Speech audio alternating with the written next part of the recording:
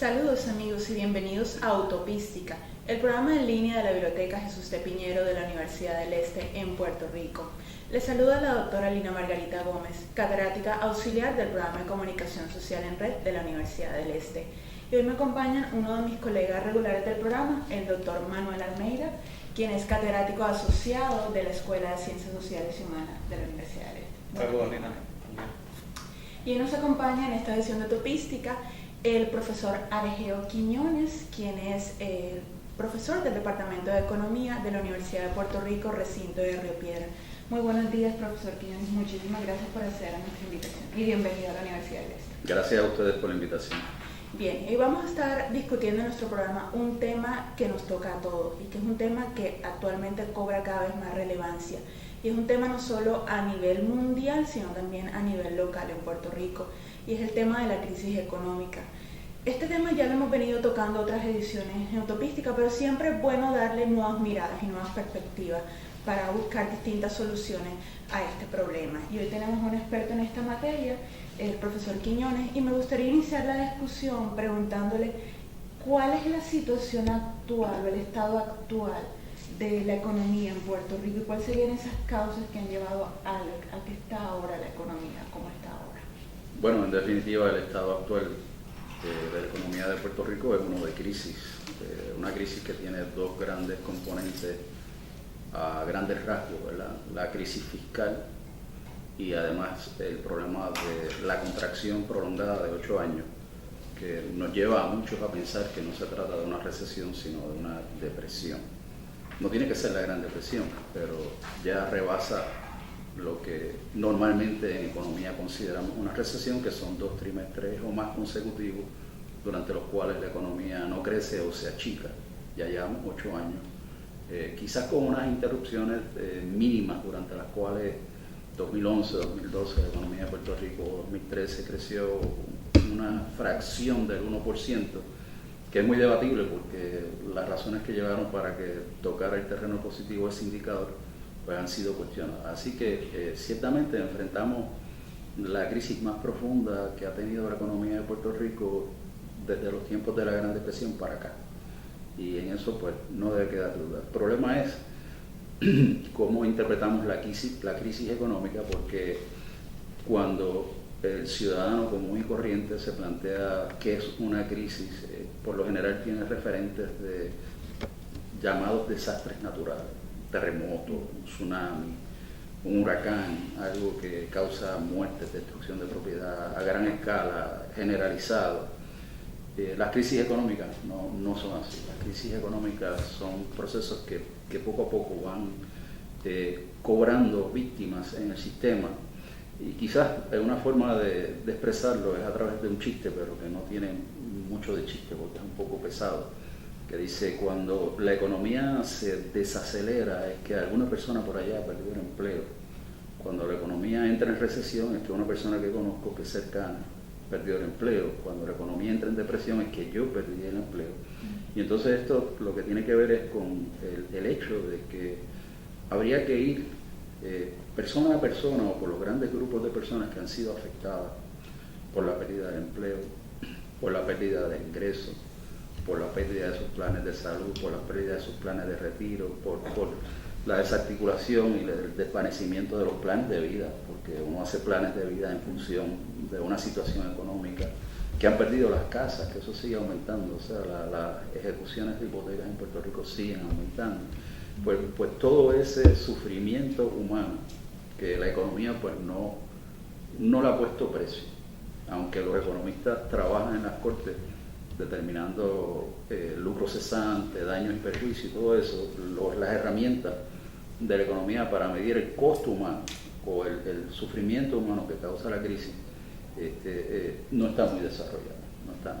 Y eso ya atañe a una pregunta que ustedes querían hacerme, ¿verdad? O sea, la orientación de la economía sobre estos fenómenos, y es que se ha distanciado mucho del ser humano. A pesar de que es una ciencia social, está muy distante del ser humano, está muy enajenada con los precios y las cantidades en el mercado y con todos esos indicadores.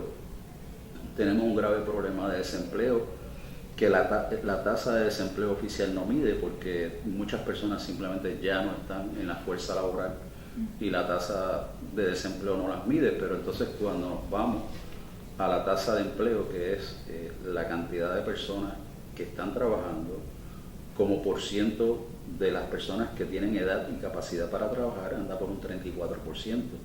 Es un indicador bajísimo. Tenemos un problema de endeudamiento público y de incapacidad por parte del Estado para rearticular, reestructurar su cuadro financiero, y estamos envueltos ya en el problema de la trampa de la deuda. Estamos en una espiral descendente que esto no tiene visos de controlarse. De momento estamos como que en el ojo del huracán, no se está discutiendo, pero estamos, creo yo, muy cercanos ya a la posibilidad del impago, el default. Entonces tenemos los otros indicadores que atestiguan a la crisis, que es el éxodo poblacional, el éxodo de gente, ¿verdad?, que está buscando otras oportunidades, principalmente en Estados Unidos, fuera de Puerto Rico, por la carencia de las oportunidades o porque simplemente lo que hay aquí no da para proponerse uno llevar a cabo una existencia relativamente decente y más o menos hacer las cosas que todo ser humano aspira, pero que requieren como una especie de estabilidad económica y un futuro que se pueda pronosticar. Y por ahí podemos seguir, porque realmente donde más se va a ver el efecto de la crisis luego es con los indicadores sociales. Y todos los indicadores sociales que podemos imaginar para este país, salud mental, criminalidad y todo otro, acusan un gran problema de deterioro de la salud mental colectiva en Puerto Rico. Sí. De hecho, Alejo, antes que Lina haga la próxima pregunta, es interesante que tú puntualizas al principio de tu respuesta la crisis que lleva 8 años, ¿no? Porque es importante que la gente capte eso, porque de alguna forma la gran recesión a nivel global lleva un poco más de 6 años si la marcamos en su inicio con el colapso de Lehman Brothers y AIG y todo lo demás de forma simbólica, pero la nuestra le precede, la antecede por 2 o 3 años. O sea que nosotros de forma diferenciada tenemos unas situaciones que llevamos arrastrando que son particulares de Puerto Rico, o sea, de cómo se maneja la economía en Puerto Rico. Yo te diría que, y es mi posición, ¿verdad?, que este episodio que estamos viviendo ahora mismo, esta situación actual que enfrenta la economía de Puerto Rico, con el doble azote de la recesión o ya la depresión y la crisis fiscal, es parte de un largo proceso de crisis y estancamiento que viene desde finales de la década del 60 y principios de la década del 70. O sea, esto no se puede ver separado de lo que ocurrió en aquella coyuntura cuando Hernández Colón era gobernador por primera vez, que se le atribuye todo al incremento en el precio del petróleo, pero eso es una simplificación que realmente debemos rechazar, ¿verdad? Pero en aquel momento, cuando la economía de Puerto Rico tuvo la primera recesión de la posguerra y su primera crisis fiscal, por decirlo así, había que llevar a cabo un proceso de reestructuración profunda en la economía y no se hizo. ¿Qué se ha hecho? Pues se han seguido remendando, poniendo parchos, tratando de salvar la situación, pero los cambios estructurales necesarios en cómo está organizada la economía de Puerto Rico y orientados a esos procesos económicos no se han efectuado, y entonces ahora enfrentamos de nuevo esta misma situación de recesión prolongada con crisis fiscal, y obedece al mismo problema que en síntesis ya tantos científicos sociales identificaron 1 o 2 generaciones antes que nosotros, que era el agotamiento del modelo de operación manos a la obra. Y lo que tenemos ahora, pues, otra vez, es resultado del agotamiento, pero ya a un nivel que hace imperativo el que planteemos la necesidad de reestructurar esta economía siguiendo otros lineamientos a los que ambos gobiernos han propuesto en los últimos 8 años. Se habla mucho en los medios del endeudamiento del gobierno, del Estado, y es algo que el gobierno ha mostrado mucho, ha enfatizado, una postura bastante dominante. ¿Usted cree que es demasiado dominante esta postura de mostrar esta deuda monumental que presenta el gobierno? Bueno, la forma de enfocar el problema del endeudamiento público, primero que nada, como cualquier forma de enfocar un problema o una situación de endeudamiento, es el nivel de endeudamiento en relación a la capacidad de pago. Entonces, por lo general, lo que utilizamos es la razón de la deuda pública al Producto Interno Bruto, que es la medida más abarcadora del tamaño de una economía. En el caso de Puerto Rico, como tenemos un problema de fuga de ganancias masivo, no utilizamos el Producto Interno Bruto, usamos el Producto Nacional Bruto, que es una categoría más reducida que el Producto Interno Bruto en nuestro caso. Estamos hablando de una diferencia como de 33.000 millones. O sea, estamos hablando de 102.000 millones versus 70 y pico mil millones de dólares. Entonces, cuando vemos la deuda pública total de Puerto Rico dividida por el Producto Nacional Bruto, tenemos un coeficiente de endeudamiento de 100%, para redondearlo. Pero si miramos otros países en el mundo que tienen coeficientes similares o mayores, como por ejemplo Japón, el nivel de endeudamiento público de Japón equivale a 226% del tamaño de su economía, del Producto Interno Bruto. O si quieren, en Italia es el 133%, en Islandia es el 130%, en Irlanda es 124%. Inclusive países como Singapur, que los tenemos como modelos de éxito económico y prodigiosos en el manejo de la situación del gasto público y la deuda, la razón de endeudamiento al tamaño de la economía en Singapur es 105%. O sea que el hecho de que Puerto Rico tenga un endeudamiento público que equivale al 100% del Producto Nacional Bruto, aunque nos sitúa alto en términos de la lista de países en el mundo con nivel de endeudamiento, no nos sitúa como que en un caso extremo. Lo que sí, el gran problema de Puerto Rico, que es lo que está en entredicho, es la capacidad para pagarla, pero eso es por el débil desempeño de la economía. Si nosotros tuviéramos una economía robusta, creciendo, pues la percepción sobre el nivel de endeudamiento sería otra. Así que es como cuando uno va a pedir crédito, ¿verdad? O sea, te dicen, bueno, ¿cuánto tú debes y cuánto tú ganas? Y si ven capacidad de generar ingresos, pues ya la institución que va a prestar dice, bueno, tiene la capacidad para generar ingresos, vamos a prestarle. Pero si ven que esa capacidad está en contracción, que es lo que ha pasado, o sea, la economía sigue contrayéndose y entonces la deuda crece más rápido que la economía, dicen, este es un peligro, porque se está dirigiendo ya a una situación donde eventualmente no va a poder pagar. Y se refleja entonces en que el costo de tomar dinero prestado para el financiamiento público se ha disparado a niveles estratosféricos en el caso de Puerto Rico. Y todos los años entonces tenemos que dedicar más recursos al servicio de la deuda, que incluye el pago del principal más los intereses asociados. Entonces, una pregunta, en materia de la gestión pública sobre estos asuntos económicos tan acuciosos, recuerdo que en mayo del 2011 en la revista cibernética 80 grados publicaste un artículo llamado El fracaso del Plan Fortuño. ¿Hasta qué punto crees que hay una continuidad entre la administración de Fortuño y la administración actual de García Padilla? Sí, definitivamente en el plano económico hay una continuidad, porque ambos gobiernos con distintos niveles de intensidad, pero han seguido una línea de ajuste estructural, donde el problema central que plantean que tiene la economía de Puerto Rico es el tamaño del gobierno, y de alguna manera pues entonces hay que reducirlo, ya sea como en el caso de Fortuño con la ley 7 despidiendo 17.000 empleados, más los efectos multiplicadores que eso tuvo en distintas áreas, en el empleo, con los sistemas de retiro, con las contribuciones, con los $1.000 millones que tuvo que buscar el Estado para cesantear todas esas personas, porque había que liquidarle vacaciones, días por enfermedad, mesadas, etcétera, etcétera. En el caso del Partido Popular, no han recurrido a algo como la Ley 7 de cesantear una cantidad considerable de empleados y empleadas públicas, pero sí lo que hicieron con un sistema de retiro provocó una estampida de empleados y empleadas públicas. De hecho, si tomamos el empleo asalariado no agrícola en enero del 2013 y lo comparamos con septiembre de este año, 2014, se han perdido unos 27.600 empleos, y de esos 26.000 han sido en el sector público, porque ya la sospecha, y no la sospecha, es que transformaron para mal el sistema de retiro de los empleados del gobierno central, y después fueron contra el sistema de retiro de los maestros, y ahí una acción legal llevó a que el Supremo paralizara la intención de reformar, entre comillas, ese sistema, con una decisión que más o menos recoge pues lo que también el Supremo dictaminó para el sistema de retiro de los jueces, es que si va a haber cambios en el sistema de retiro, tiene que ser prospectivo.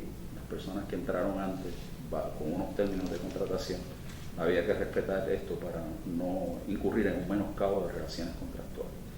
Pero sí, este gobierno, con la APP del Aeropuerto Internacional Luis Muñoz Marín, con la transformación de los sistemas de retiro, en el intento de transformarlo en maestro, cabe señalar el planteamiento que está puesto sobre la Autoridad de Energía Eléctrica, que aquí es otra madeja, ¿verdad? Que hay que desenmarañar, pero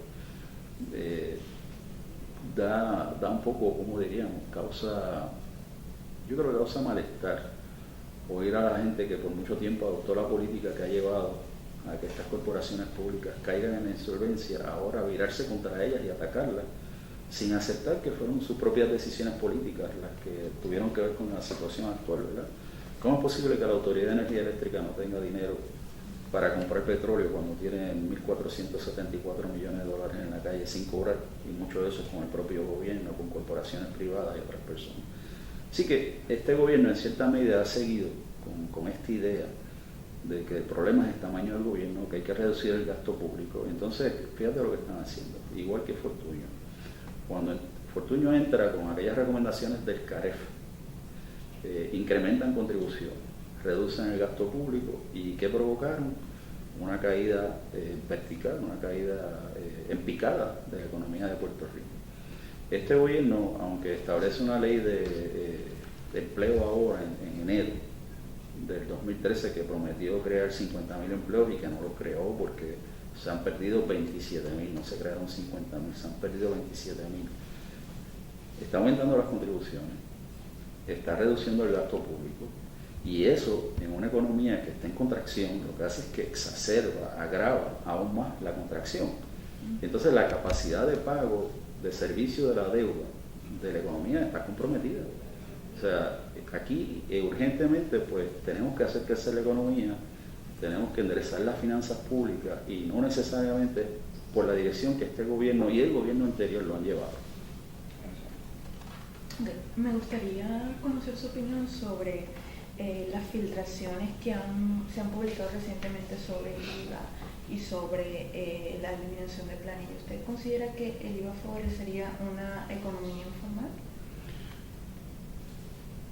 Hace 8 años, en el 2006, se aprobó la reforma contributiva, allá el 4 de julio fue firmada, era la ley de justicia distributiva, justicia contributiva, que introdujo el IVA. La idea original era introducir un IVA.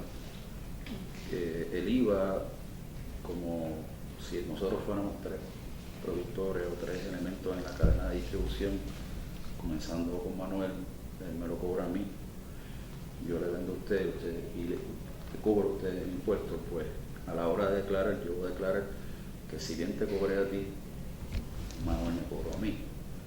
Y entonces la oportunidad de evasión disminuye con respecto a un IVU, porque el IVU, la responsabilidad recae en el punto final de venta.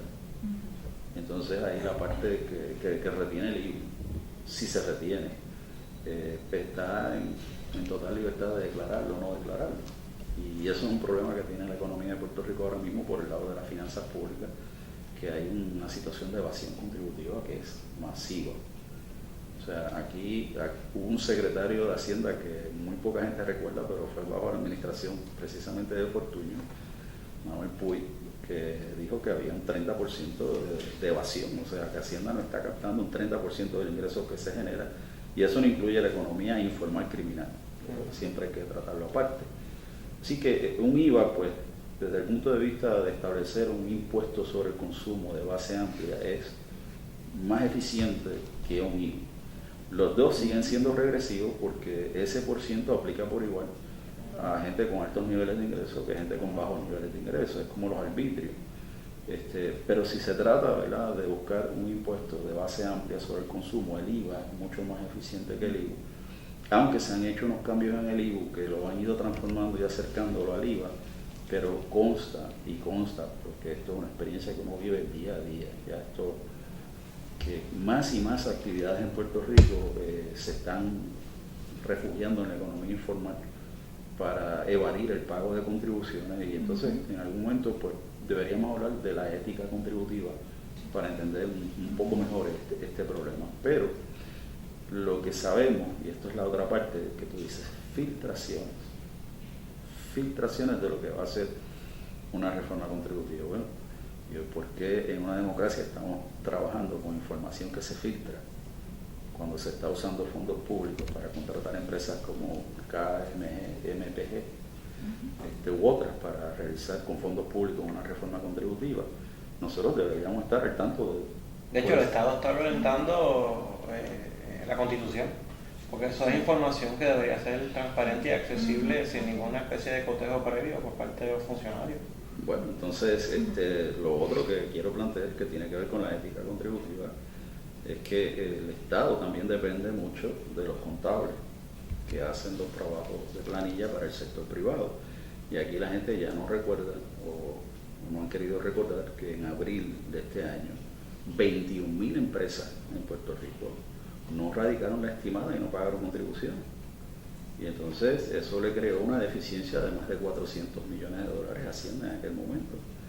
Y la discusión giró en torno a cuáles fueron las razones por las cuales 21.000 empresas de un universo de 60.000 o 70.000 empresas o menos decidieron no cumplir con sus obligaciones tributarias. Pues alguna gente dijo, no, pues arrastraron pérdida, no, que compraron créditos contributivos, pero yo me inclino más hacia una especie de boicot generalizado por el sector empresarial, que decidió pues utilizar los medios disponibles en la contabilidad y retar inclusive la autoridad del Estado y no pagar contribuciones. Entonces a mí me preocupa sobremanera que la misma gente que asesora a esas empresas luego sean asesores del Estado para elaborar una reforma contributiva que va a estar plagada de problemas, va a estar llena de escapes, loopholes, como llamamos en inglés. Entonces la naturaleza de esa reforma contributiva pues, preocupa, pero también preocupa el hecho de que se plantee cada cuatrienio una reforma contributiva, como si esto fuera la vara mágica o la solución, ¿verdad? Final para los problemas. Y hay que recordar que una reforma contributiva puede ser perfecta y excelente en papel, pero en la ejecución, o sea, en la implantación, en tener la capacidad desde el punto de vista del Estado de contar con el personal, con la tecnología y con la determinación de hacer cumplir todos esos estatutos contributivos, eso es otra cosa, porque puedes diseñar la mejor reforma contributiva, pero si a la hora de la ejecución, a la hora de la administración del sistema contributivo, lo que tienes entonces es una agencia como Hacienda, que ahí también opera mucho el secreto de Estado, porque ahí la secretaria o el secretario de Hacienda tiene poderes cuasi judiciales y puede llegar a acuerdos con evasores o infractores de las leyes contributivas y decir, bueno, tú me debes 3 millones, pues dame 300.000 o dame 1 millón y cerramos y acabamos el caso, y eso se negocia en secreto y no lo sabemos. Y tienes toda una serie de problemas que minan el sistema contributivo y que es medular, y que hay que decir que en Puerto Rico ya yo creo que es hora de acabar con el conflicto de interés que existe a nivel institucional, donde Hacienda por lo general es dominado por los grandes bufetes corporativos. Y entonces a la hora de buscar los fondos que necesita el Estado, pues sabemos que no van a tocar a los grandes clientes corporativos, porque quien dirige Hacienda trabaja para los clientes corporativos desde un bufete, pues que todos sabemos cuál es su nombre. De hecho, un poco partiendo de eso, por recordar un autor, puedo citar tantos otros, pero por recordar un autor, David Harvey comenzaba su breve historia del neoliberalismo, planteando cómo toda esta oleada neoliberal es producto pues, de una contraofensiva de parte de la clase dominante de las élites económicas. Eso pues, un poco pues, me cierta la premisa para la pregunta, que es que entonces, ¿cómo se relaciona la situación actual económica en Puerto Rico pues, con la otra parte, con el movimiento obrero, con los trabajadores en el país? Bueno, en Puerto Rico el movimiento obrero ahora mismo quizás atraviesa su peor momento desde, qué sé yo, la Segunda Guerra Mundial. Lo puedes ver con la tasa de sindicación de la fuerza laboral, que a principios de los 70 alcanzaría un 20%, ya disminuyendo, y ahora mismo está en menos de 8%. ese movimiento obrero se ha replegado casi todo al sector público, y en el sector público pues tenemos ese gran sigma que existe entre el movimiento obrero, que representa trabajadores y trabajadoras de las corporaciones públicas, que es la ley 130, que tienen derecho a la sindicación, tienen derecho a la huelga, a los paros, y los trabajadores y trabajadoras del gobierno central, que le aplica la ley 45, donde no tienen derecho a la huelga, a los paros, ¿verdad? Y entonces hemos visto como en esta coyuntura más reciente, pues luego de aprobar la ley 66, que eso fue a principios de mayo, o sea, el gobernador da su mensaje de situación de Estado y hace una serie de promesas y dice esto y dice lo otro, y 3 días luego lanza la orden ejecutiva que da inicio al proceso de elaborar la ley 66, que le da unos poderes muy amplios al Estado para contravenir mucho de lo que está establecido en los convenios colectivos, no solamente las garantías económicas del bono de Navidad, etcétera, sino el traslado y otras cosas. Y entonces, luego de establecido esto, pues entonces convoca al movimiento obrero a negociar. Digo, pues si ya está, ¿qué vas a negociar? Bueno, pues la negociación es que si te portas bien, pues el bono de Navidad en vez de $600 va a ser 1.000. Los que se portan mal, pues van a recibir 600 y no menos.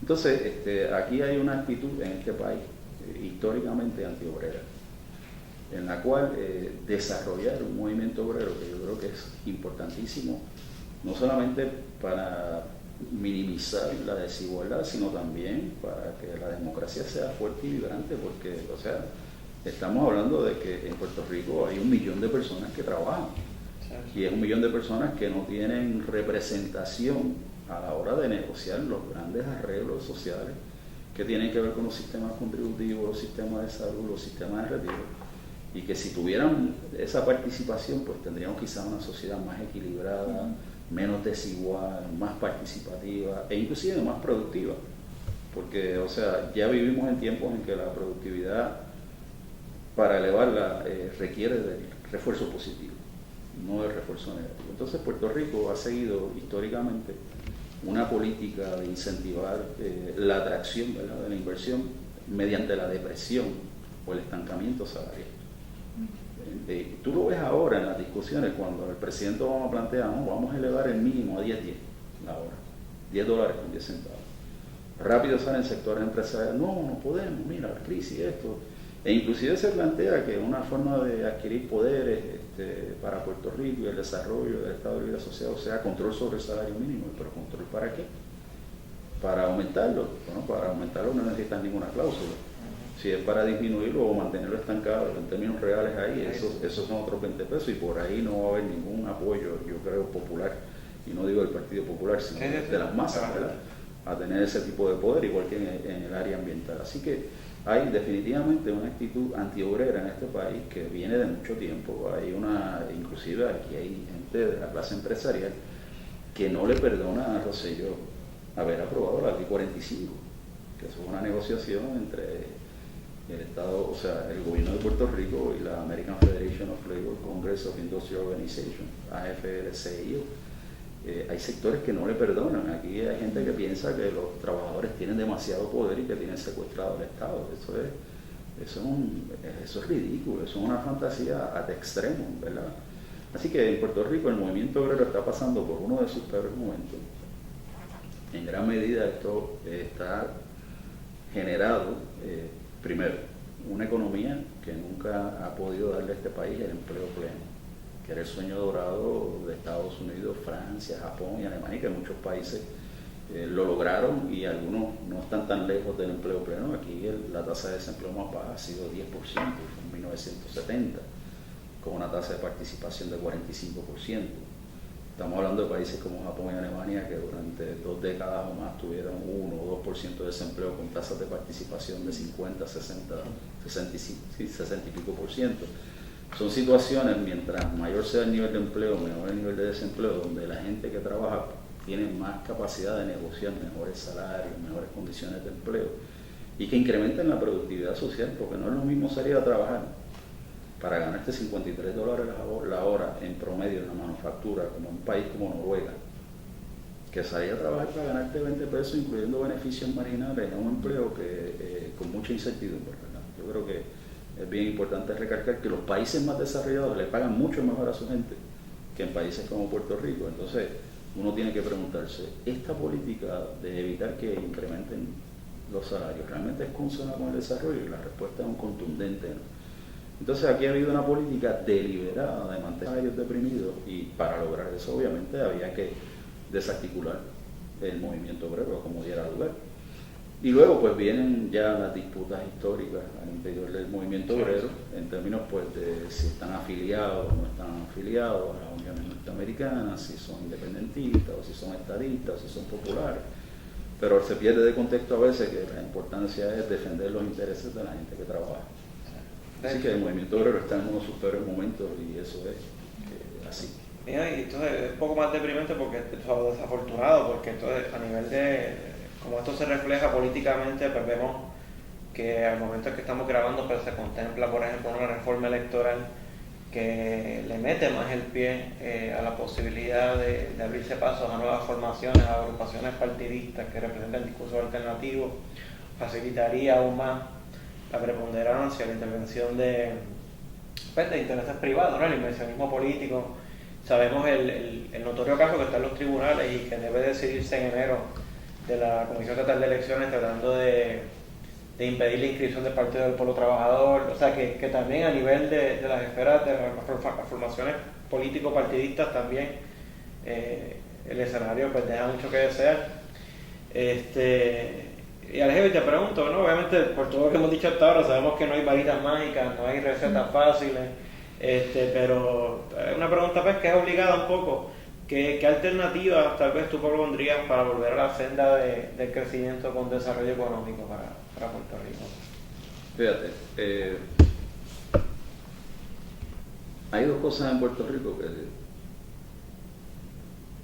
generan mucho mercado para tanto las personas que ejercen o están en la ciencia política como en la economía. Uno es el estatus, la discusión eterna de estatus. Eso es un mercado que pues genera programas de radio, columnas de periódicos, libros, foros y asesores, viajes a Washington. Y la otra es el desarrollo económico, donde vemos que cada administración viene con una propuesta de desarrollo económico. Entonces ahora la Junta de Planificación está llevando a cabo un esfuerzo que yo creo que es bastante bueno, de recopilar, ¿verdad?, todos esos escritos sobre desarrollo económico, y están disponibles en el portal de la Junta de Planificación. Yo creo que eso es chévere, pero tú sabes, todo el dinero que se ha gastado en Puerto Rico contratando asesores para que elaboren un plan sobre desarrollo económico, que después lo que va a terminar en una tablilla, en una biblioteca por ahí olvidado, ¿verdad? Y que qué bien que la Junta de Planificación está tratando de agrupar todo esto, ¿verdad?, y que la gente lo vea para que tengan las ideas. Pero el gran problema del desarrollo económico no es económico, es político. O sea, si tenemos aquí un modelo económico que durante 70 años lo que ha hecho es privilegiar el capital a cambio de nada, porque ese es el gran problema estructural que tenemos. No es que se concedan incentivos, en todos los países del mundo se conceden incentivos contributivos, salariales, de distintas índoles para atraer la inversión, pero no en todos los países del mundo se conceden a cambio de nada. O sea, un Estado puede muy bien elaborar una política de fomento de inversión, diciéndole a la gente que va a invertir, ya sean de aquí, ya sean del exterior, ok, ven, invierte, que tenemos esto y esto y esto y esto para ti. Perfecto. Pero a cambio de todo esto, queremos estos objetivos A, B, C y D. Queremos creación de empleo, queremos entrenamiento de la fuerza laboral, queremos transferencia de tecnología, queremos conservación medioambiental. O sea, tú puedes elaborar. Queremos que compren en Puerto Rico mucho de lo que ustedes necesitan para producir. Entonces aquí ha habido un modelo que no le exige al capital. De hecho, el gran problema de Puerto Rico es eso, que se dan todas estas exenciones contributivas, se dan todos estos subsidios salariales, se dan todas estas políticas laxas en términos ambientales, se entrega, lo que tenemos de infraestructura a cambio de nada. Entonces, ¿qué ocurre? Si yo voy a entregar o voy a dar, debo decir, estos incentivos que van a generar una productividad, yo te voy a decir, bueno, de cada dólar adicional de esa productividad que tú generes, se va a distribuir de esta forma. Una parte para las ganancias, obviamente, porque la empresa viene a maximizar ganancias y esa es su función objetivo. Pero otra parte tiene que ser para salarios, beneficios marginales, entrenamiento de la fuerza laboral, y otra parte tiene que ser para el Estado, para las contribuciones, para recuperar la inversión social realizada y recuperarla con creces, porque contrario a lo que mucha gente piensa, el gasto público crece a través del tiempo porque la misma complejidad del sistema lo requiere. Y las nuevas tecnologías y los nuevos problemas que surgen, pues requiere que el gasto público aumente. Lo que pasa es que estamos hablando de un gasto público que tiene que darse bajo unos controles, bajo una transparencia, bajo una responsabilidad que en Puerto Rico están totalmente ausentes, ¿verdad? Así que, volviendo al tema, yo te diría que si vamos a considerar este asunto del desarrollo económico, primero que nada el problema es político, pero no es político de Estado. Es relaciones de poder al interior de la sociedad puertorriqueña, porque podemos cambiar el estatus y si dejamos esas relaciones de poder que inciden sobre la economía política, tenemos el mismo problema bajo la estadidad, Estado Libre Asociado, bajo la independencia. Por eso hace mucho tiempo, en la década de los 70, hubo aquí personas de la Escuela de Grado de Planificación, otros que hablaban de, bueno, pues puede ser un estado gueto, o puede ser una república bananera, o puede ser el ELA desgastado. Si no se atacan, si no se transforman esas relaciones de poder interno, entonces siempre teniendo en mente, ¿verdad?, que sí hay que hacer crecer la economía, pero eso tiene que ser de una forma sostenible, y eso ya incluye una dimensión ambiental, pero también incluye una política industrial donde tú estés anticipando los movimientos de la economía en función de la economía internacional, en función de una visión de desarrollo del país, para decir, mira, estos son los nuevos sectores que vamos a estimular. Dentro de esa visión, por ejemplo, hubiese sido impensable atraer petroquímicas a Puerto Rico. O sea, totalmente incompatible. Por el daño ambiental, por el tamaño del país, por la localización en las costas, porque a la misma vez estás tratando de fomentar el turismo. Entonces no puedes fomentar actividades que te degradan el medio ambiente, especialmente las playas, cuando quieres por otro lado traer hoteles y turistas. Además de crecimiento económico, tiene que ser un pensamiento de desarrollo que ataje el problema de la desigualdad. No solamente distribución de ingresos, distribución de riquezas, sino distribución de oportunidades entre jóvenes, entre géneros, social, ese problema de desigualdad que tenemos.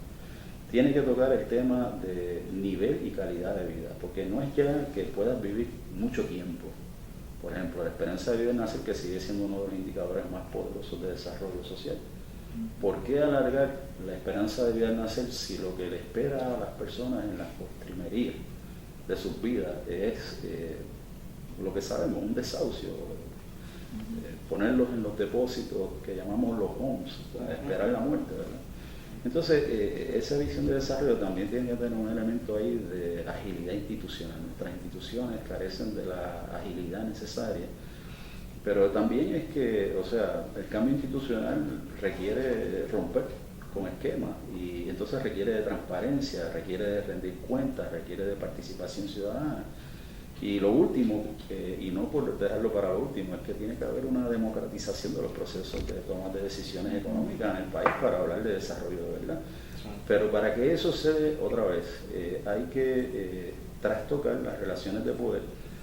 Y te estaba enseñando ahorita, antes de comenzar el programa, las mismas estadísticas del gobierno de Puerto Rico reflejan que en los últimos 10 u 11 años, cuando vemos cómo se distribuye el ingreso en Puerto Rico, la distribución primaria, que es la distribución antes del pago de contribución, de 2004 a 2013, la parte del ingreso que va a la gente que trabaja, que se llama compensaciones a empleados, creció 8.8%. La parte de ingresos que se llama ingresos procedentes de la propiedad, que esto es ganancia, intereses, dividendos, que es la parte que recibe el capital, creció 90%. Y la parte de la ganancia que va al exterior, porque la que creció 90% es la que se queda en Puerto Rico. Y la parte de la ganancia que va al exterior, que es una masa gigantesca de más de 30.000 millones de dólares, eso creció 13.6%. O sea que aquí está habiendo una crisis que tiene unos efectos redistributivos regresivos. Y obviamente para poder, primero que nada, detener la crisis, segundo, volver al crecimiento, pero por una senda ya de una visión de desarrollo que valoriza la sostenibilidad, la equidad y todo esto que he dicho, va a haber que trastocar las relaciones de poder, porque ciertamente cuando uno mira la forma en que se está distribuyendo el ingreso, los sectores privilegiados no van a querer soltar eso. Sí, claro. Por eso tú ves que a pesar de que reconocemos que hay a pesar que reconocemos la necesidad de una reestructuración, se siguen ensayando las viejas recetas, las recetas que nos han conducido al desastre, se siguen ensayando. Se quiere estimular un sector, dale exención contributiva, dale crédito salarial, dale subsidio de energía eléctrica. Eso no es lo mismo que se ha estado haciendo en los últimos 70 años que nos trajeron aquí. Sí, sí. Ángel, un poco cambiando el tema, pues has contestado varias de las preguntas que teníamos en el tintero hacerte en esa respuesta. Cambiando un poco el enfoque de la conversación ahora, abstrayéndonos un poco de Puerto Rico para hablar un poco de la economía como disciplina y de la economía internacional también. Sabemos que pues, con la Gran Depresión en los 30, la implementación del programa del Nuevo Trato, la experiencia del Estado benefactor y todo lo demás, eso catapultó el paradigma en la economía del keynesianismo. Eso, un poco ese paradigma entra en crisis en los 70 con el llamado fenómeno de stagflation, esta inflación. Para el beneficio de nuestros seguidores, ¿cuál ha sido el resultado, o tú crees que tal vez hayan cambiado, o cuál ha sido el resultado de la gran recesión por la cual estamos pasando en materia de estos paradigmas dominantes dentro de la economía como disciplina? Bueno, hay que señalar lo siguiente, ¿verdad? Tú estás haciendo referencia a ese periodo dorado, del 47 al 73, ¿verdad? Que fue un periodo dorado para la economía mundial, aunque los frutos de esa época dorada no se distribuyeron por igual. Sí, claro, estamos hablando principalmente de un periodo dorado para los llamados países desarrollados, las potencias industriales, y que también se aplicó a otros países como Puerto Rico. Las tasas de crecimiento más altas de Puerto Rico fueron precisamente en ese periodo. Pero hay que recordar que ese periodo viene después de 31 años, durante los cuales ocurrió la Primera Guerra Mundial, la Revolución Bolchevique, el fracaso de la reconstrucción europea, la Gran Depresión, el ascenso del fascismo, la Segunda Guerra Mundial, el holocausto nuclear y la Guerra Fría.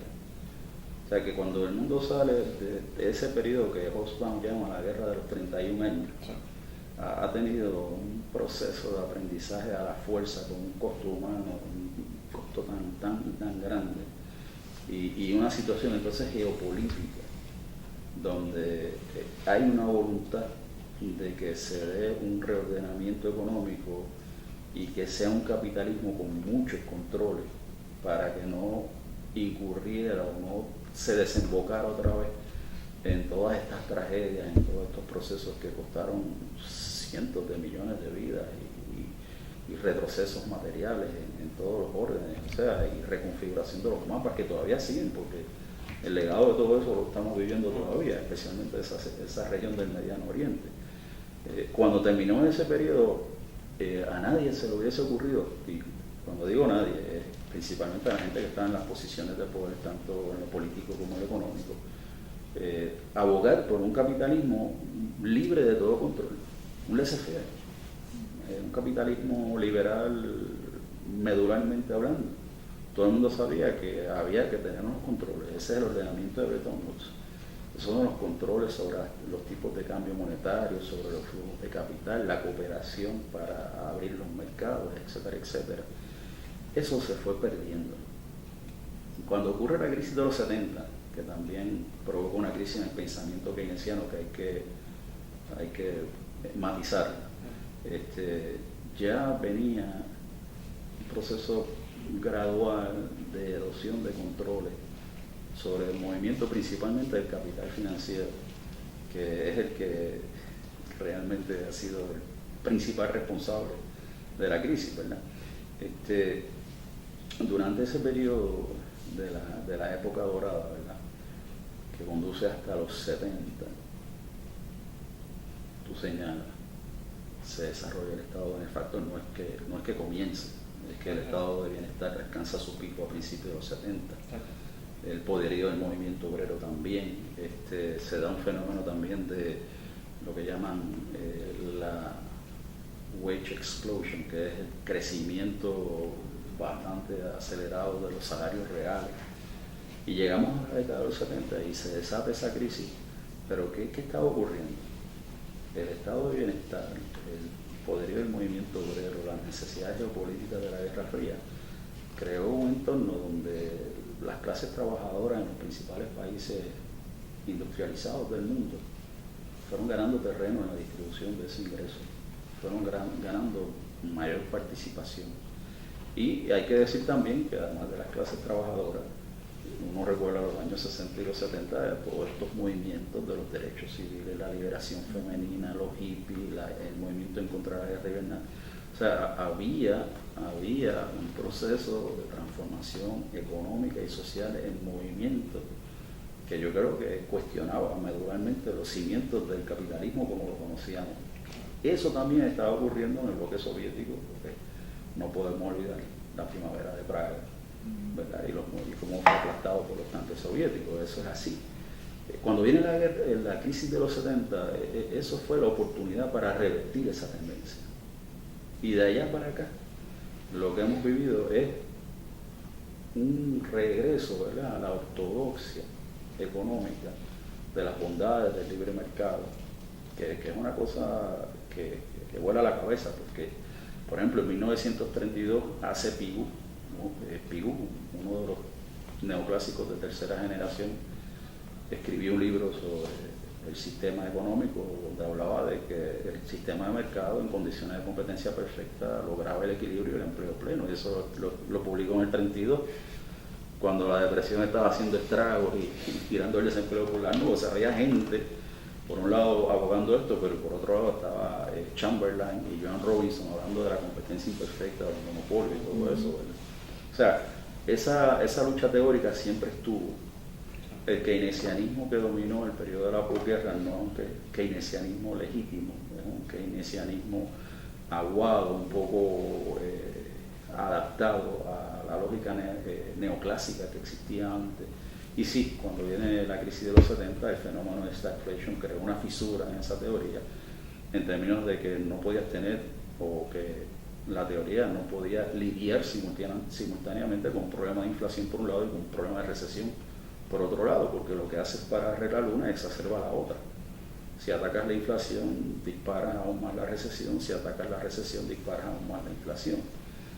¿Cómo se resolvió eso? Bueno, fue de una forma espantosa, porque hay que recordar entonces el advenimiento de Thatcher en Inglaterra y de Reagan en Estados Unidos, y una de las primeras cosas que hizo Reagan, que pasará a la historia, o por lo menos a los que vemos la historia de esta forma, fue cuando votó a todos los controles aéreos en Estados Unidos por irse a la huelga.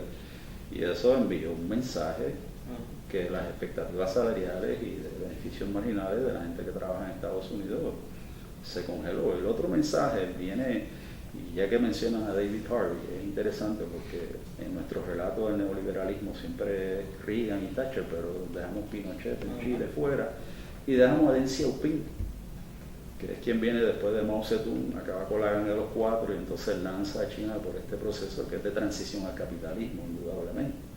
Y es China la que da una fuerza brutal al neoliberalismo, porque se abre de una forma y con una capacidad que absorbe la base industrial mundial y va por los servicios ya, y sigue por ahí forzando unas condiciones de competencia, ¿verdad?, que son difíciles de replicar.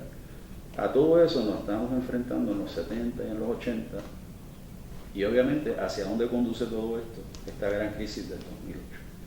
Pero pongamos en perspectiva esta crisis. Esta crisis lo que ha hecho es recordarnos que el capitalismo es un sistema propenso a las crisis. ¿Qué pasa? Ocurrió la Gran Depresión, salimos de la Gran Depresión, entramos en el periodo dorado, y en todos los libros de macroeconomía la palabra crisis desaparece. ¿Qué tiene? Recesión, ciclo económico, porque 25 años de crecimiento económico pues dieron la sensación de que habíamos resuelto las contradicciones, que no iban a ocurrir crisis como la Gran Depresión, que el sistema funcionaba bien y no había por qué preocuparse. Pero mientras, ¿qué estaba ocurriendo? ¿Cuántas crisis de los años 70 para acá podemos recordar, además de la del petróleo, además del colapso de Bretton Woods? Pues vamos a recordar la crisis de la deuda externa del tercer mundo y lo que eso representó para el tercer mundo. vamos a hablar de la crisis de los savings and loans en Estados Unidos y lo que eso representó para la gente que también perdieron su dinero, lo que tuvo que aportar el gobierno federal. Vamos a hablar de la crisis del sureste asiático en el 97, que lanzó a un cuarto de la economía mundial en una recesión con unas características financieras. Vamos a hablar de la crisis del 2000-2001 de las compañías de tecnología, los dot-com. Vamos a hablar de la crisis ahora del 2008. Entonces tú te das cuenta de que entramos en una fase donde estos eventos posiblemente se sigan repitiendo con cierta frecuencia y aparentemente con mayor intensidad. Y entonces ahí, quizás para cerrar ese comentario, y ahora que no solamente tenemos los G7 o G8, también tenemos los BRICS y tenemos los G20 y tenemos desplazamientos muy importantes del centro de actividad económica de Estados Unidos hacia China, hacia otras partes del mundo, pues existe la posibilidad de una mayor cooperación a nivel internacional para evitar estos problemas. Pero la pregunta es, ¿cuáles van a ser las bases para evitarlo? ¿Va a ser lo que le están haciendo a Grecia, a España y a Portugal? ¿O va a ser un sistema donde realmente va a haber un amortiguamiento en la caída y una especie de conciencia humana del origen de estas crisis y cómo se deben mitigar? Profesor Quiñones, quería preguntarle, ¿qué criticaría usted del entrenamiento moderno que se le da a los economistas también? Pues mi crítica principal viene por la pretensión que tiene la economía hace mucho tiempo, ¿verdad?, de convertirse en una especie de ciencia dura, como decía Schumpeter, una especie de ciencia como le llamaba la física matemática, y que tú pudieras formular no solamente un aparato teórico, sino también metodológico, altamente matematizado, con contestaciones precisas para problemas y planteamientos muy importantes, ¿verdad?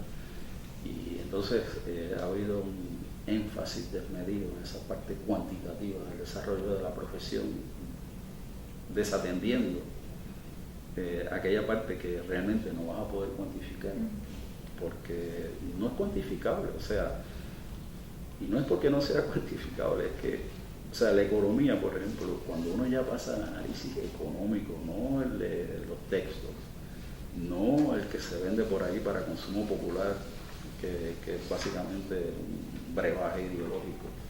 Cuando uno ya lee y estudia los análisis de situación de la economía, por ejemplo, hay una variable que se llama los riesgos geopolíticos. ¿Qué es riesgo geopolítico? No, el riesgo geopolítico es que ocurra una revolución islámica en Irán, un gran productor de petróleo en el 79, aliado a Estados Unidos, y que de momento ese país diga, no, nos vamos a incorporar a la OPEP y aquí pam, y de momento el precio del barril de petróleo se vuela. Pero no solamente eso, sino que la dinámica de relaciones políticas en esa zona del mundo tan conflictiva cambia dramáticamente. Eso es un riesgo geopolítico. Entonces, el mundo está lleno de riesgos geopolíticos. O sea, el mundo está lleno de procesos sociales, procesos políticos, procesos ambientales, que la economía no puede ignorar. Pero todavía más profundo es que la economía no deja de ser una ciencia social cuyo eje central debe ser el bienestar del ser humano.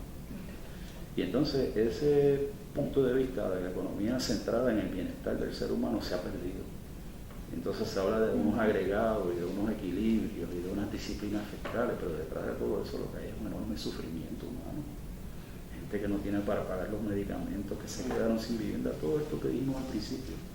Y que la economía se ha ido divorciando, o por lo menos la rama dominante de la economía. Entonces, la crisis del 2008, como no fue tan severa como la Gran Depresión, inicialmente y todavía sigue generando una literatura que cuestiona el sistema, pero lo cuestiona desde el sistema mismo, porque aquí entonces tendríamos que entrar en la discusión de los tipos de capitalismo. El epicentro de la crisis es el capitalismo norteamericano, que es parte de lo que llamamos el modelo anglosajón. Y ahí está Inglaterra y Nueva Zelanda y está Australia, versus otros capitalismos que son menos liberales, que están menos basados en la competencia de mercado, menos basados en la atomicidad o en el individualismo a ultranza del capitalismo liberal norteamericano, ¿verdad? Y entonces yo creo que esa discusión, ¿verdad?, ha cogido o ha tomado dos vertientes principales que no son incompatibles. Una, la necesidad de mayor regulación, reglamentación del capitalismo, y la otra, la necesidad de atajar el grave problema, el creciente problema de la desigualdad que sigue generando el capitalismo a escala mundial en nuestros días. De hecho, y es interesante que el tema de la desigualdad, pues, parece que se impone, ¿no? Le cuesta imponerse, por lo menos a nivel del discurso público. Resultó sorprendente, por lo menos para algunos de nosotros, que la notoriedad o la fama que obtuvo el libro del economista francés Thomas Piketty, Capital in the 21st Century. ¿Qué opinión te merece ese trabajo? Pero más que la opinión que te merezca ese trabajo, entonces será, en tu opinión, la desigualdad la bandera alrededor de la cual deberíamos articular una respuesta a lo que está pasando. Yo entiendo que sí. Yo entiendo que Piketty, Stiglitz, Krugman, Robert Reich, Naomi Klein, ha habido una eclosión, ha habido una gran producción intelectual en torno al problema de la desigualdad, al problema de cómo estos eventos de crisis económica son utilizados para seguir adelantando intereses que promueven aún más la desigualdad. Se ha levantado, ¿verdad?, esta producción literaria que no es nada despreciable. Hay otros libros como el de Kenneth Rogoff y Carmen Reinhardt, This Time is Different, que fue un estudio empírico de 800 años de historia sobre crisis financiera, y que si bien tienen algunos elementos empíricos por ahí que han sido cuestionados, ¿verdad?, sobre la relación entre el nivel de endeudamiento y el crecimiento, pero no deja de ser una aportación importantísima, y que son trabajos de erudición. Todo el trabajo de Piketty es un trabajo de erudición de 15 o 20 años de estudio en colaboración con otras personas. Y yo creo que sí, esta puerta de la desigualdad, yo creo que quizás la forma en que vuelve a abrirse una discusión que antes se abría a través del concepto de la explotación. Y entonces están relacionados, porque por más que Piketty en su libro le huye a Marx, él termina haciendo planteamientos que me parecen que son muy compatibles con lo que señalaba Marx, especialmente cuando hablaba de la ley de acumulación de capital y de la tendencia de que, a pesar de esta enorme creación de riqueza que genera el capitalismo, te genera una pobreza, te genera este empobrecimiento que puede ser absoluto, pero puede ser también relativo. O sea, lo que quiere decir es que los 27 años de prosperidad de la posguerra, los años dorados, donde los salarios reales aumentaron, donde una persona que ingresaba a la fuerza laboral en el 45, cuando se retiraba en el 75, su ingreso real se había duplicado. Algo que para que ocurra ahora tomaría más de un siglo y medio. Pues se abre otra vez la discusión al concepto de explotación, pero al producto final de la explotación, que es la desigualdad y el empobrecimiento. O sea, y cómo en países que cuentan con una cantidad de recursos, no solamente naturales, sino tecnológicos, altos niveles de educación de su población, todo lo que antes se consideraba necesario para el desarrollo, ocurren cosas como tener decenas de millones de personas sin un plan médico, que no tengan acceso ni a un seguro de salud pública ni a un seguro de salud privada. Millones de personas que están perdiendo sus casas, millones de personas que sus futuros han sido tronchados, que es el caso en Puerto Rico también, y es un caso que poco a poco en España, en Portugal y todo eso está entrando. Y que déjame decirte, este problema de la desigualdad lo que está haciendo es que está atacando la posibilidad de existencia y reproducción a largo plazo de los arreglos socialdemocráticos, que quizás es lo más progresista que se puede aspirar en este momento del capitalismo, ¿verdad? Así que sí, el tema de la desigualdad yo creo que se ha convertido en el punto de entrada para la crítica del capitalismo, el capitalismo liberal, neoliberal, en sus formas más extremas, tal y como se está dando ahora. Y a mucha gente pues se le hace más palpable, más más vivo el tema de la desigualdad porque lo están viendo. Sí, claro. O sea, yo trabajo toda la vida y termino ¿cómo? Termino pobre, termino sin pensión, termino con unos costos médicos extraordinarios, la calidad de vida sigue en deterioro, el temor por qué va a pasar con nuestros hijos, los hijos se nos van, se chupan el talento en otras partes del mundo. La desigualdad la vivimos, la desigualdad la sufrimos ahí. La explotación ya es un concepto que requiere como de más pensamiento, ¿verdad? Y entrar en otras consideraciones que son reales porque existe la explotación. Claro. Y esa explotación la que da entonces paso a la desigualdad. ¿Qué pasó? Por mucho tiempo el estado de bienestar, ¿qué hacía? Existe la explotación, existe la desigualdad, intervengo con el sistema contributivo, saco de arriba y redistribuyo hacia abajo y mitigo la tasa de explotación, es decir, mitigo la desigualdad. Esos son los mecanismos que nos están quitando y estamos volviendo otra vez, o quisieran retrotraernos a los tiempos antes del nuevo trato, a los tiempos antes del estado de bienestar de Alemania bajo Bismarck, tú sabes, retrotraernos a los tiempos de Scrooge. El tiempo un poco apremia, yo quisiera terminar de toda una pregunta más general. ¿Cuál es tu apreciación? ¿Qué ha significado la reconfiguración global de la producción para comprender la economía política global? Bueno, la reconfiguración global de la producción, como decir, aquí tenemos esta computadora y a lo mejor la batería la hicieron en Malasia, el procesador lo hicieron en Estados Unidos, la pantalla a lo mejor la hicieron en China o en otras partes, entonces finalmente se ensambla en China. Esa reconfiguración global de la producción también se ha conocido como la nueva División Internacional del Trabajo, y sobre ello se ha estado escribiendo muchísimo, ¿verdad? De la década de los 70 principalmente. Es un factor bien importante porque, por ejemplo, ahorita mencionaba cómo gran parte de la base industrial de los países desarrollados se ha mudado hacia China, en parte hacia India, en parte también hacia México, países antes que llamamos del tercer mundo. Y eso ha tenido un efecto en el sentido de que aquella aristocracia del sector obrero que a finales de los años 60, principios de los 70, acabando de graduarse de escuela superior, podía aspirar a tener un empleo en una de las grandes fundiciones de acero, en una de las ensambladoras de automóviles, ganando 18, 19, 20 dólares la hora. Y entonces tú poder decir, mira, yo voy a trabajar aquí el resto de mi vida y con esto yo voy a poder tener una familia, tener un hogar, tener un carro, educar a los muchachos, un plan médico, un retiro. Eso se ha ido esfumando. O sea, esa reconfiguración global también, mediante esa nueva división internacional del trabajo, la desindustrialización, o lo mismo que es la fuga de estas empresas hacia el resto del mundo, pues ha tenido un impacto adverso sobre las economías del primer mundo. Y contra eso se plantea, ¿verdad?, qué estrategia se puede seguir para mitigar esto.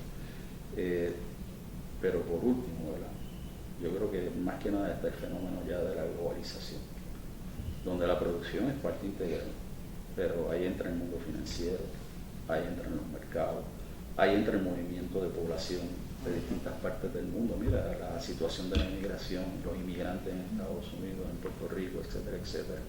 Ahí entran los acuerdos y ahí entra algo que es bien interesante. La crisis del 2008 no solamente estremece por el costo humano, no solamente estremece por la enorme cantidad de dinero que se utilizó para salvar las grandes empresas financieras y de seguro, exacerbando la crisis fiscal del Estado, que ahora entonces resulta en más austeridad para la ciudadanía, que estremeció también por la velocidad a la cual se dio el contagio de la crisis. Una crisis que tiene epicentro en Estados Unidos, se siente en los sistemas de retiro de los maestros en Islandia, en Noruega, en los sitios relativamente más remotos y aparentemente menos conectados. Entonces, que cada crisis nos recuerda el proceso de integración de la economía internacional que llamamos la globalización y que curiosamente Keynes lo describe muy bien en un libro que tiene que se llama Las consecuencias económicas de la paz. Está hablando del ciudadano clase media alta en Londres en el 14 que levantaba el teléfono y llamaba y pedía esto, y los periódicos de las distintas partes del mundo y todo eso. era un ejemplo de la globalización y que Keynes, hay que señalar ahora que mencionaste a Piketty, una de las cosas que dice en el capítulo 24 de la teoría general sobre las consecuencias filosóficas y sociales de los planteamientos es que el capitalismo tenía dos problemas principales.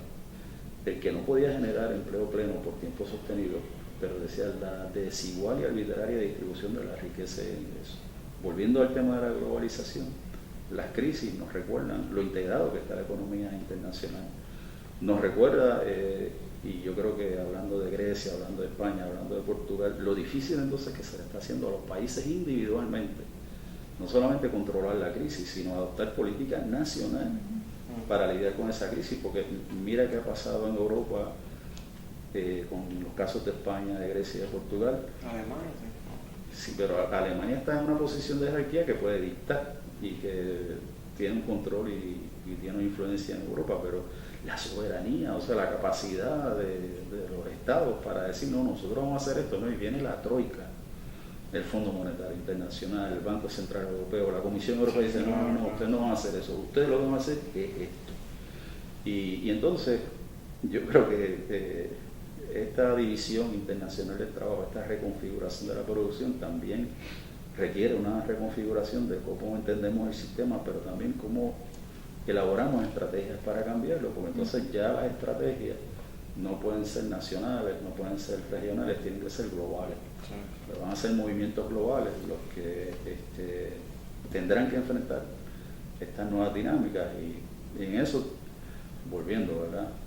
Había una vieja frase de aquel célebre filósofo alemán, que es Marx, que decía, mira, esto es algo internacional, esto requiere entonces que los pueblos se unan internacionalmente para lidiar contra esto y así lo demostró la Primera Guerra Mundial y así lo demostró el fascismo y la Segunda Guerra Mundial y esta crisis está obligando a mirar en esa dirección y yo creo que el G20 es el mejor ejemplo de ese intento de otros pueblos de decir no, tenemos que cambiar el Fondo Monetario Internacional, no, tenemos que cambiar el Banco Mundial, tenemos que cambiar los términos de las relaciones globales.